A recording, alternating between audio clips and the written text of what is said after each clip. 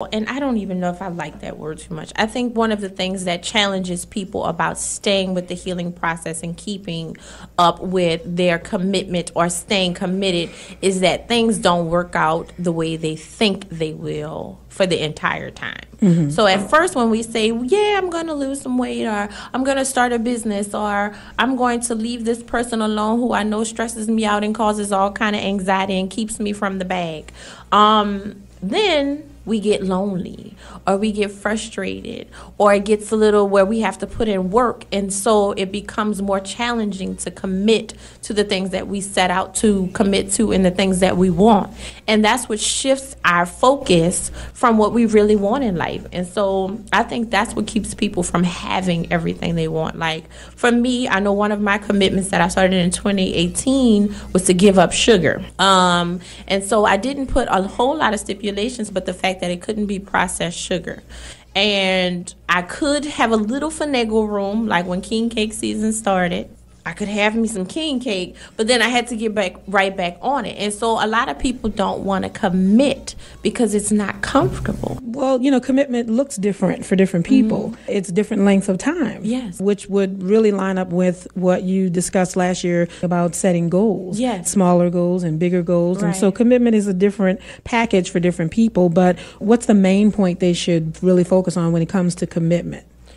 One of the things you should focus on is in the beginning when you are setting out your goals, make them realistic. Don't say in 5 weeks I'm going to go from being completely broke and in debt to having $15 million and a Lamborghini. It is very possible. All things are possible. Mm. However, if that doesn't happen, are you just going to throw it all away? So one thing is to become very clear about what you want and make the goals realistic. So short-term goals should be something that is truly attainable but stretches you. Then your next set of goals, which are a little further out, like a year or 2 years, should also stretch you but still be attainable. Things that if you did the work, you put in the effort, it could happen for you. And then your long-term goals should be in alignment with your short-term goals and then the goals you set for a year or two.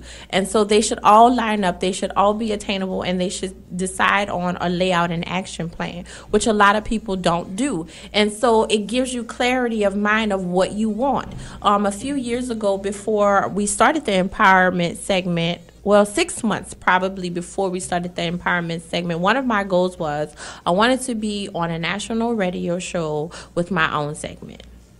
I did. I wrote it down. People think I'm lying. I wrote down I wanted to be on the radio with my own segment. And so what I didn't just sit there and close my eyes and wish really hard. I actually did the work. I sent out media kits, and I did a lot of interviews around my books, and then I gave my best self when I was on the radio. And so eventually I was on a national radio show with an empowerment segment. And so it should be something that's truly attainable for you and that you truly want too. Because sometimes we set goals, and I've been guilty of this, for things we don't even really want. It just sounds good. I could throw out some goals for myself, but parts of my business, when I used to do certain services in my business, it wasn't something I truly wanted. It was something that I could do, that people would ask for, but I didn't have a passion for it. Mm-hmm. So be very clear about what you want and set clear, attainable action items to work towards it. Something else that a lot of people don't do, and I see when new clients come to me, is that they also do not set very clear and understandable goals for where they want to be. And what I mean by that is, for me, when I started my business, every day I did something to get closer to my goals. Every day, even if it was a small something, I did something to get closer to my goals. Some people they'll start a business or have an idea and do nothing for months, if not years, and then come back to it. When you do that, you're starting all over. So it's the same way with the weight loss process, because a lot of people at the beginning of the year say, okay, I want to lose weight for the new year. And then they start and then they stop. And they start and they stop. And then eventually they just stop altogether. So do something every day to get closer to your goals.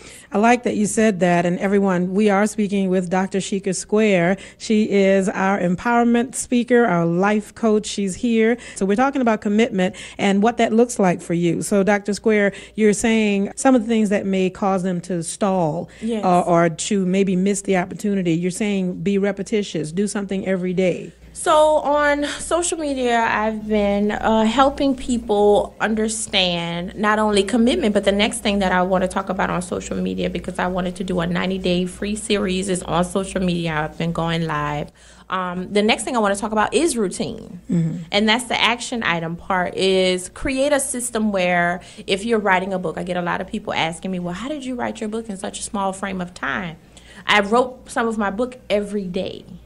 No matter how tired I was, no matter where I was in the country or the world, because I like to travel, I made sure I'm going to write 5 pages a day or 10 pages a day. If you're starting a business, because a lot of people like the idea of entrepreneurship.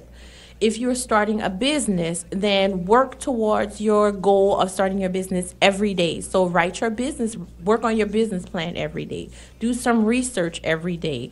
Actually, get some clients to see if they like your product. Every day do something, and that'll get you over the hurdle of stopping. Once you commit to doing something every day, even if it's 5 minutes, and it actually works. Yeah, that is a commitment, doing something every single day. Well, it really connects to the affirmations that you have in your book that you can recycle, if that's a good word, right now as we begin this new year. So the next, one of the other quotes you have is, I will focus on changing and loving myself. I will focus on changing and loving myself. Day 2, we are out of day 1. Focusing on changing and loving yourself, whether you are in business, whether you work for someone else, whether you want to start a business, whether it's losing weight, whether it's leaving a relationship, whether it's cleaning your house, whether it's cleaning the clutter out of your mind. We are evolving. It is time to get past the thought and the idea of healing and actually evolve and shift your entire life, starting with shifting your habits. And then if you shift your mind, you will shift your habits. And all 2018, we worked on the mind. We worked on it.